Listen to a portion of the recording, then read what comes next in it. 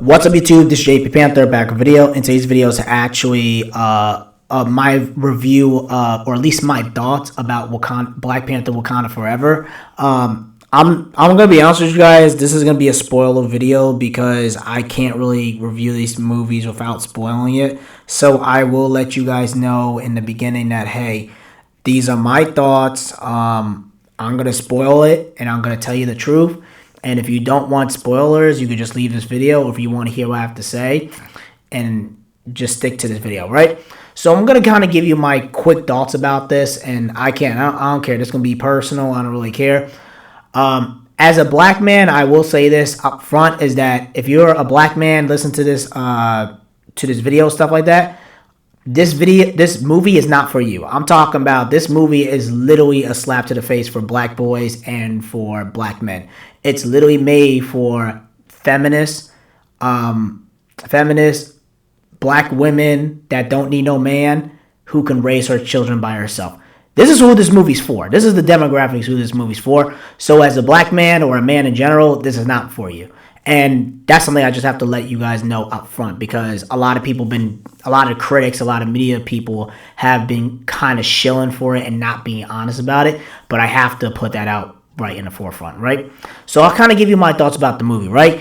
In the beginning of the movie, and again, it's all over the place and stuff like that, like the way they shoot the scenes, stuff like that. But I'll just tell you in the beginning is that in the beginning of the movie, they explain to you how T'Challa dies. It's like from some virus that they couldn't cure, and they just say he dies, and they just have a funeral, and then they have like the Marvel logo. Instead of having it with all the characters, they have it with him, and it's almost like a moment of silence. And then they're going through all this stuff with like grief and things like I'll be honest, this whole entire thing is really surrounded about death and destruction and war, pretty much, right? That's the whole theme of this movie. And you could tell that it's a lot of black girl, female magic. Because even I'm watching the movie, I'm like, there's no black male representation in this movie. It's literally the black woman stepping up. The black man ain't doing crap. I'm going to take over, you feel me? And that's pretty much what it is for the majority of this movie. Like, you have Angela Bassett. She did a good job performance-wise. But then the problem is that she also, I'll get to that later on in the conversation, but she pretty much takes over majority of it. She becomes queen for a short amount of time. And then now you have it where because now that they open up their borders and stuff like that, now everybody wants vibranium. And then we're finding out the government wants it. The U.S. government wants it. The French wants it. Like every other country in the world wants vibranium. And it's this whole thing about greed, pretty much. I need a vibranium so we could create massive weapons and, become powerful nations and stuff like that.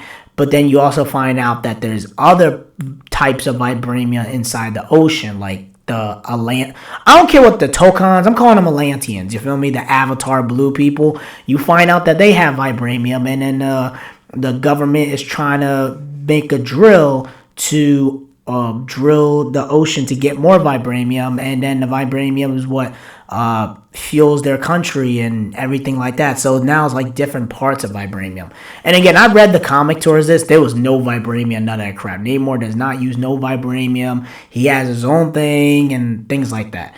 And then it's kind of weird how there's like, we're looking for a scientist. Oh, we're looking for Riri Williams. And I'm like, really? Like, Riri Williams, like, out of all the people, she's in college, things like that. And then the Wakandas are trying to take her because the government wants her, the Atlanteans want her and stuff like that. Namor wants her. It's just like everything's surrounded with this chick, right? And then when they do take her, everyone wants to kill her and kill the Wakandans. And then the way they kind of start the war is kind of stupid. Like, the motive is that we need the scientist so you can kill her so that they could so that she won't be able to make more drills to drill our country and things like that. And then Shirley, and pretty much what happens later on is that they go through this like Fast and the Furious kind of chase, this high speed chase with the police and stuff like that. And then the Atlanteans or the Tokanans, whatever you want to call them, right? They fight Koye and Shirley and Riri Williams and stuff like that. Riri Williams and Shirley get knocked out, and the Atlanteans take them and bring them underwater to Namor's people and stuff like that. And Namor is trying to show you like his past and things like that. Like, to me, his backstory was kind of weak a little bit. You feel me? Like, it was very, very kind of weak and half-assed a little bit. It's just like, throw something in there. To me, it just felt like it was kind of like in One Piece how they gave Kaido a generic backstory. He was pretty much Jiren's character. I just want to destroy everything out of vengeance and stuff like that. And when I'm watching this movie, it's just like, okay, they start a war, things like that. Like, the way they started the war was pretty stupid because Angela Bassett's pretty much, her character is pretty much saying, Nakia, we need you as a spy to go save my daughter, and so, they could bring it back to me. But then Nakia kills one of them, which was stupid as hell, and Cheryl's like, listen, we gotta heal him before you start a war and stuff like that. And she's like, nah, fuck that. We gotta leave. We gotta let him die. And then I'm like, this is stupid as hell. You don't just shoot another king's territory and kill their people, expect no repercussions for your actions. And then Namor's like, oh, you kill my people? And Namor sits on the throne and says, listen, and he has his throne and his scythe is pretty much saying, yo, we need to go to war. We don't care. Blah, blah, blah. And everyone's all on board. And then they come in there and gentrify Wakanda. And I've noticed how a lot of people, even in my movie theater, they've noticed how a lot of the stuff that Ryan Coogler did is very similar to the Dalzian Blood War. How the Quincy's invade Soul Society, how the Atlanteans invade Wakanda, how Namor is sitting on the top of Wakanda, how Juabak or Yuwatch is standing on top of Soul Society, how the Atlanteans come in there and clap the Wakandans, how the Quincy's come in there and clap the Soul Reapers. So a lot of stuff that you see is very similar to the Bleach Dalzian Blood War, and I've noticed that. And then they do another war arc part 2 of that in the movie. So again, like, the movie's not bad, but I'm just not in love with it. I think it's still a good movie. I think it's very dark. It's like walking into a funeral. You go into a funeral, you come out of a funeral. I do think the movie's probably going to hit $1 billion because people want to, I guess you're going to have people who just want to support it and not let this movie flop. If this movie it flops, it is what it is. But I think people are going to go see this more than one time because I seen this on Rotten Tomatoes. It has like a 92% audience score. I'm like, wow, okay.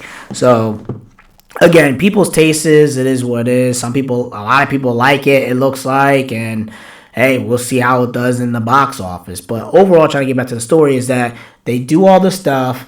They start a war. Namor kills Queen Wamanda, and then Shirley pretty much is the only one left, and she has to pretty much be the one to step up and become queen of the Black Panther and stuff like that. Then she creates the herb. Then her and Riri Williams are working together to help fight the Atlanteans with the Wakandans. And Ubaku's like, listen, we don't want to keep fighting a war, because if we keep fighting this war and kill them, that means his people will keep on killing us forever and ever and ever. And then Shirley, eventually she takes the herb and she sees Killmonger and stuff like that. And then they have their final battle. And then, Namor and Shirley fight. But the problem I have with the fight is that, okay, you have this scrawny black girl and you have Namor who looks like a dad bod pretty much. And Namor is getting his ass whooped by this scrawny black girl who she has no muscle on. And she's able to just whoop his ass so easily. And it's like, oh, I give up. I yield. And they have this stupid war where it's like they're fighting on a ship outside of Wakanda. To me, it just seems dumb because I read this arc and I'm like, there was none of that crap in this thing. It's like the whales, whatever it is, like the great white sharks. Like, I was like, all right, whatever. Y'all attacking the ship. I mean, like, it is what it is. And to me, it just seems like they showed a lot of the good fight scenes in the trailers. Like, the trailers even showing out, you could tell they show a lot of the good fight scenes. Because there was some great fight scenes. I will say that. The fight scenes in this movie were better than the first one. But I still think the first Black Panther movie is a better movie because it was a lot more happier. I mean, you had some dark moments here and there, but, like, you felt more empowered and you felt more happy with it. This is more dark. It's like walking in a funeral. So you're not going to come in there feeling all happy, joy like that. But if you want to see the movie, you can see the movie.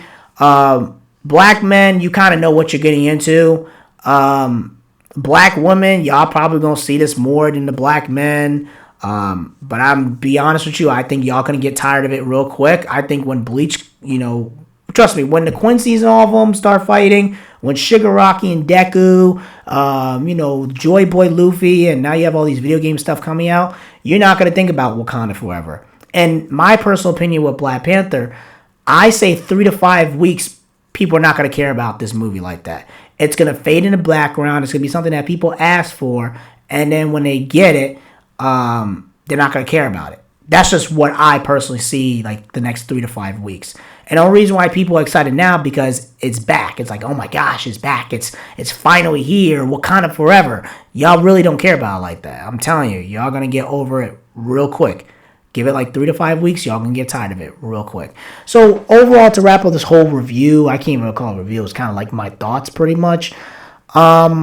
The movie as a whole, I would say it's really like a B. It's like a B minus, C plus, B minus. Like, that's the best way. I give it a 7 out of 10. Like, because there's a lot of problems with the movie.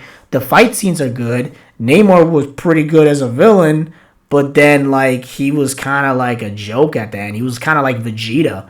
You know what I mean? Like El Vegeta. He pretty much just took a bunch of L's. You know what I mean? So overall, the movie, it just depends who you are. I mean, most of y'all are going to go see it, but I'm just letting you know is that, hey, if you go in this movie, just letting you know you're walking into a funeral. And it's not going to be all happy, joy like the first one. So that's pretty much it, guys. Let me know what you guys think. Tell me what you guys thought about the movie. Are you guys planning to go see it? Are you not planning to go see it? Let me know in the comment section below. Make sure you rate and like the video and subscribe. Make sure you subscribe to the channel. Peace and have a great day and take care.